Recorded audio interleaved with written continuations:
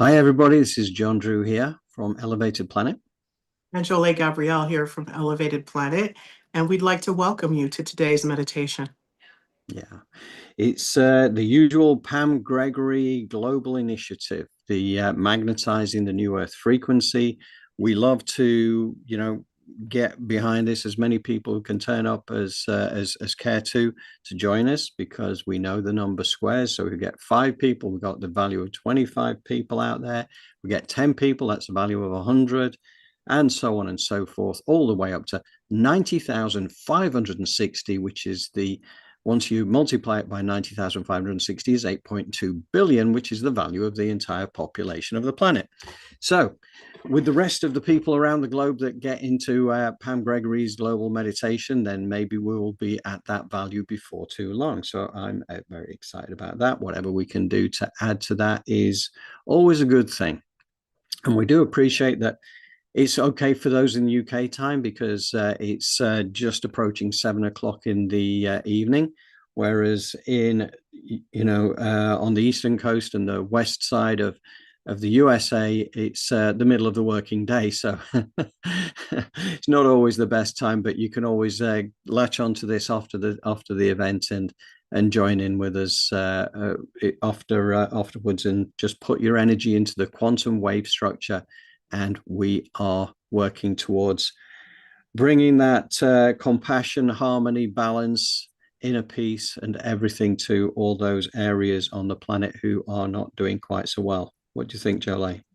Absolutely. This is truly a wonderful time to take a lunch break and to listen to this if you happen to be in America or in any of those standard times. It's a truly beautiful way to move through the rest of your day and the rest of your evening, and pay attention to your dreams, tonight after this meditation, because it can unlock some things. Yes, it can. And, one of the things I want to share with you, in fact, Jolie and I talked about this, and we decided we're going to show you a short video, which was put out on Elevated Planet earlier today. And we have to thank Rua and Lindy from over in Cape Cod, our Cape Cod Crusaders, fighting for truth and justice over there. But they introduced this to me on through social media, and we decided that we would share it through Elevated Planet as well, because it's a beautiful message, and it's very much on course with what this meditation is about. Joel, you agree? Yes, I agree 100%. Very good. Okay, well, we're going to do that. We're going to switch screens, and then we'll have time to come back, and then we'll go back into the Pam Gregory meditation in time for the top of the hour. So bear with me a second. Here we go.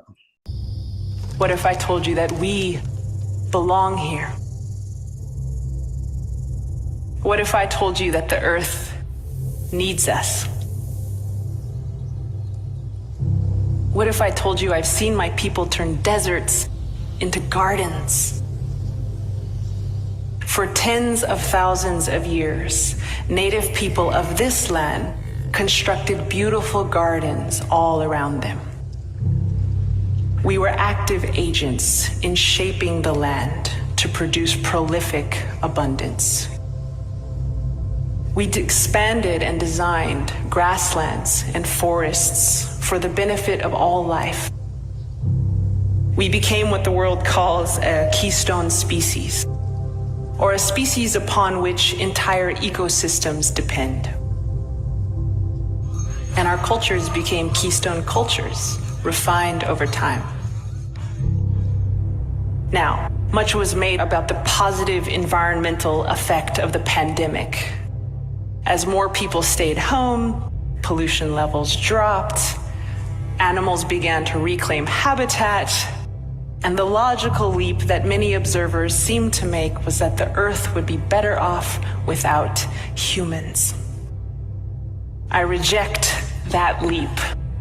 The Earth may be better off without certain systems we have created, but we are not those systems. We don't have to be, at least. What if these human hands and minds could be such a great gift to the earth that they sparked new life wherever people and purpose met?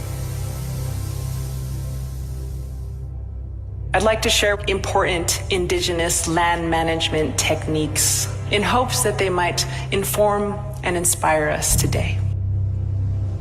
The first is to tap into and align ourselves with the forces of nature.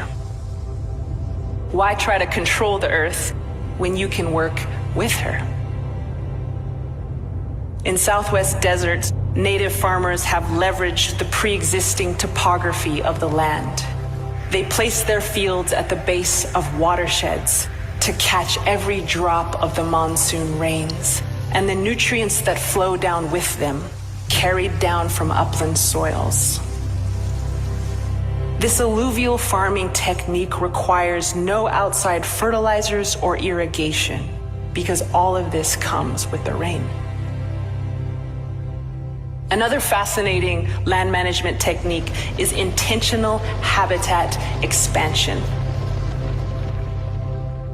Why put plants and animals into farms and cages when you can simply make a home for them and they come to you?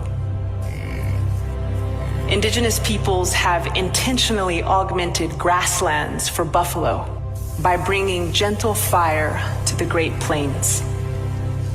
We would transform dead plant tissues into nutrient-dense ash, nourishing the soil and unlocking the seeds of pyroadapted grasses and medicines like echinacea. Over time, this fire would prevent trees and shrubs from taking over the grasslands and would nourish the soil to generate topsoils up to 4 feet deep. Many people think that we followed the buffalo, when in fact the buffalo followed our fire. A third strategy is to create non-human-centric systems. Why hoard for your own species when you can live to serve all life around you? Coastal nations of British Columbia enhance fish habitat by planting kelp forests where the herring lay their eggs. This helps that small silverfish lay even more eggs, and both the eggs and the hatched herringfish cascade up the food chain, nourishing so many other life forms such as bear, salmon, orca, eagles, wolves, and more. By seeding this food web and feeding all life around them, coastal nations have greater food security for themselves because they feed the hand that feeds them. These are the types of food and land management systems that Europeans came across as they spread westward. They often mislabeled them as terra nullius, or virgin land, or wilderness, instead of what they really were: living heirlooms, thousands of years in the making.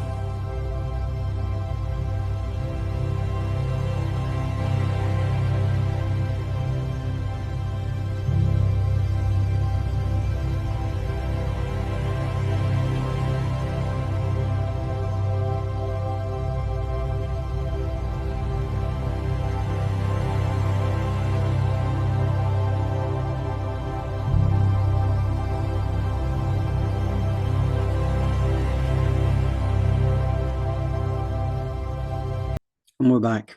I love that. I love that. I love that. It's, learning to feed the hand that feeds us, right? And that's what it's all about, is working back towards that. And thank you to Sustainable Human for pulling that together in the first instance. You will find it on the Elevated Planet channel, but they also do have a channel of their own. They don't have that specific video on there. So hence we thought it was worth sharing onto YouTube as well, so that people can tap into that. And I think you'll agree, it's really goes deep into this message that Pam is going to come out with now, which is for the meditation. And bear in mind, we don't come back after the meditation. We just allow you to sit into that meditative state and just enjoy the moment. Jolie, anything you want to add before we go across to that? Just to try and relax as much as you can and hold the vision. I know it's going to leave you, but come back to it. Let things just gently move through your mind. Try not to force anything. Exactly. Yes. Okay, thank you, Jolie. Thank you, everybody who's here to join us. So we are going to now get Pam on with her guided meditation for us. So bear with me a second. We will be straight there. So as we begin this meditation, you might want to light a candle or burn some incense. Just make sure you're not going to be disturbed and have a sense of creating sacred space. Set a clear intention that this is for your highest good, the highest good of all, and the highest good of the earth. Use a mantra of we're welcoming in an ever-expanding consciousness of love.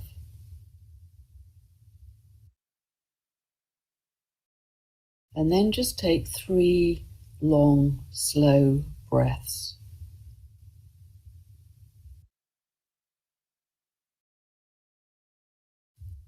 And try and make the exhale a little longer than the inhale.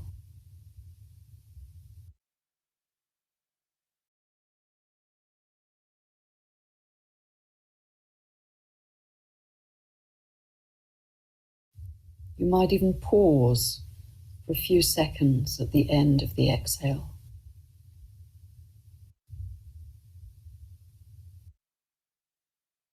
Let your jaw go slack and all the tiny muscles around your eyes soften. Let your face soften, and you feel that heavy, softening relaxation just spreading down through your body, arms, your legs. Feel like butter melting in the sun.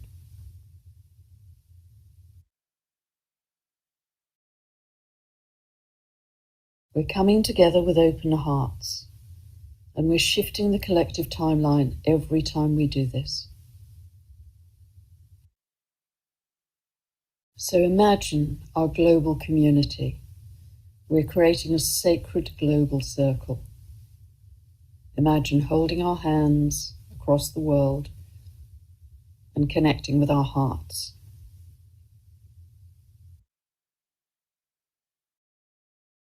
Some of you may even feel a strong vortex of energy going around the world, connecting all of our hearts together.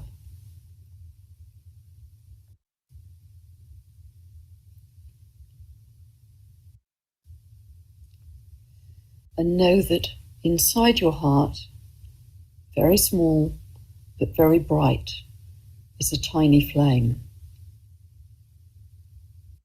It's your life force that connects you to the divine.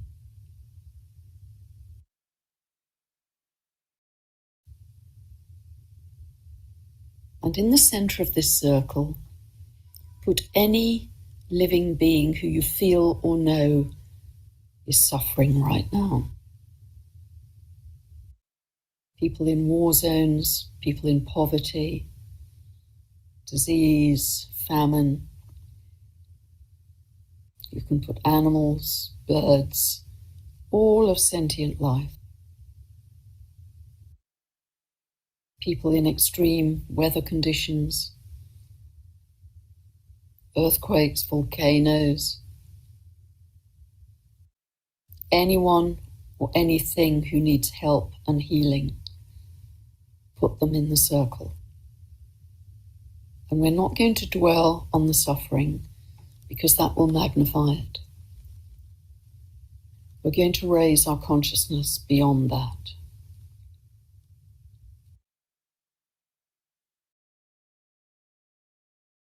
So start to see waves of very soft, gentle, pale blue light. Waves coming in, soothing, calming, all the extremes within that circle.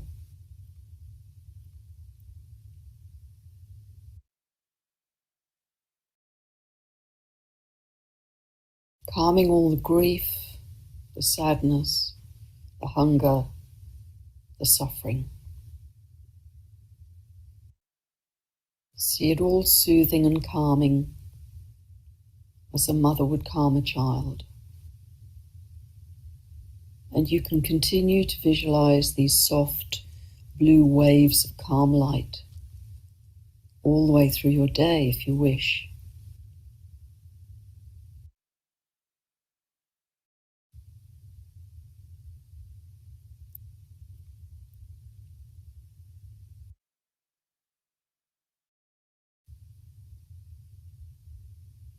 And then come back to that tiny, very bright flame of light inside your heart, your divine connection.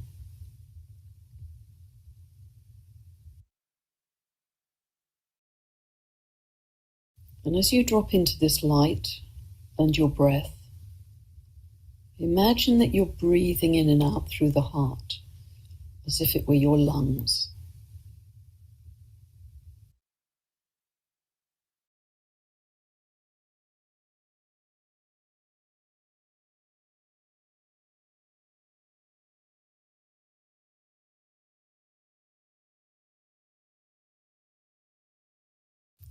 And start to see this light get brighter, stronger, bigger.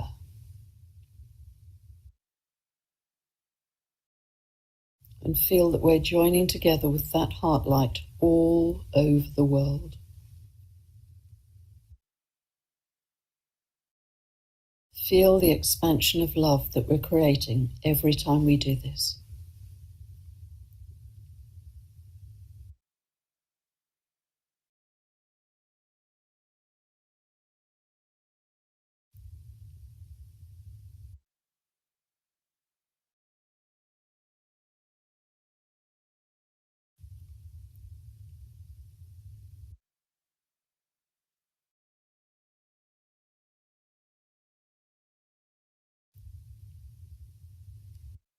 And as your heart light expands, feel love, joy, compassion, peace, freedom, freedom for all beings.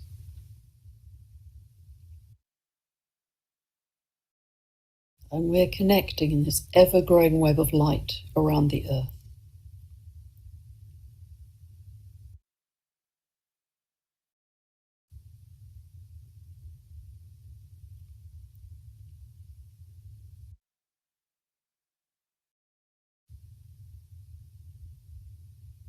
And start to feel with your breath and your heart light that we're feeding this web of light with those positive emotions: love, joy, peace, compassion, freedom.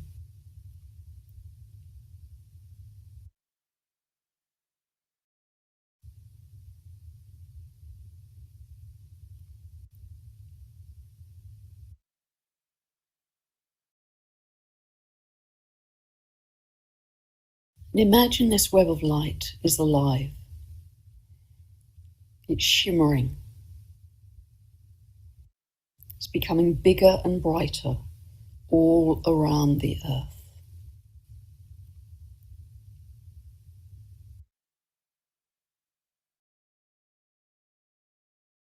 We're creating this from the invisible with our focus and our love, and this is how realities are created.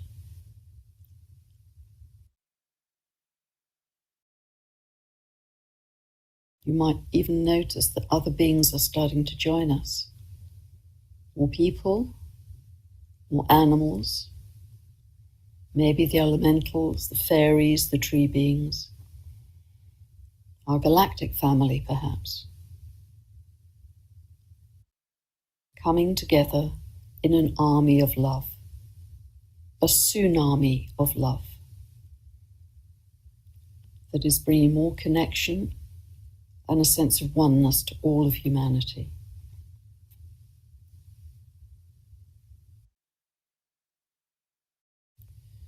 And this tsunami of love adds power to this web of light. You might see it as silver golden, sparkling, brilliant, shimmering, vibrant, and alive, and taking on its own momentum. And we're doing this by weaving the harmonics of creation with the divine. It's creating an unstoppable force to transmute all of the suffering from darkness into light. We're lifting all of life on Gaia and maybe beyond.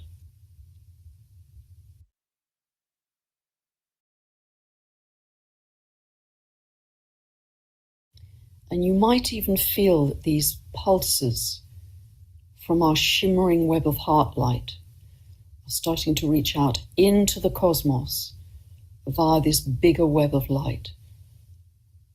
They're stretching out like galactic superhighways of love.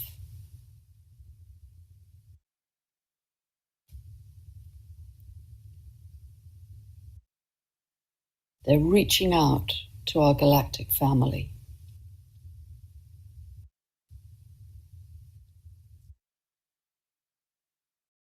And also, in this web of light, they're weaving back to Gaia, all of life connecting, even to the inner earth beings and all of those high intelligences. Everything has more life force now. Everything is more lit up, more heightened, more sparkling. It's a sense of pulsing oneness and harmony across our entire creation. Everything is connected to support the other in this web of light. This is cosmic love and unity consciousness weaving together to create a new reality in higher timelines where anything is possible. We're raising the love and light quotient on the earth. We're creating new stepping stones of light for others to follow. We can change timelines in a moment. We're coming together in thousands every day in one focused intention to build a more loving new earth. We're the bridge builders, the pioneers who will be talked about in history books. We're embodying that new frequency. We are new earth. We are creating a new energetic template.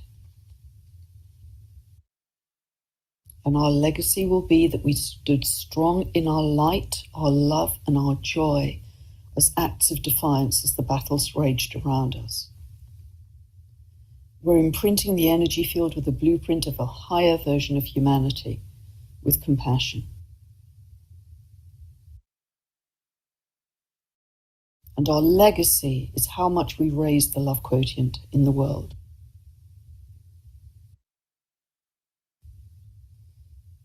We're warriors of light and warriors of love.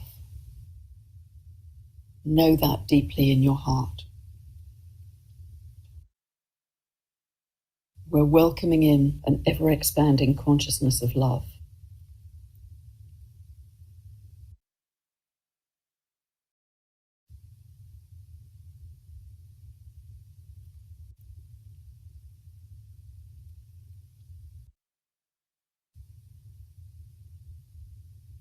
And you might just check to see if we've eased the suffering somewhat since we started. And do you feel calmer, clearer, as if the lights have been turned up? Did you see a vision of the future we're creating together every day? Know our power as we come together in numbers every day to do this with spiritual dedication. Every day when we do this, we're adding to the tsunami of love across the world and the living light, which is creating a very different reality for us all. It's a powerful legacy to say that you could not have done more for love in this world as a bridge builder.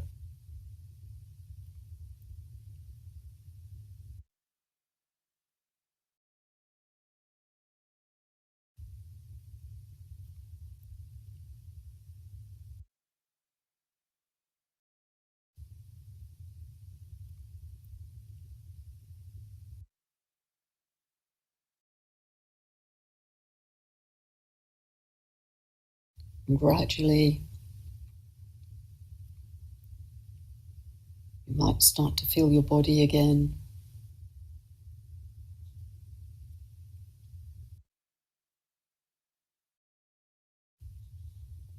Wiggle your fingers and toes.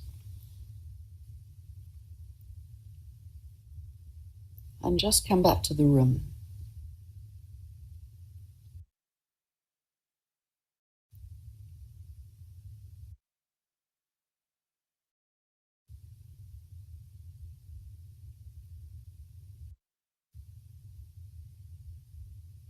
I just want to thank you and send you many blessings to you all for being with me on this journey of immense courage and transformation.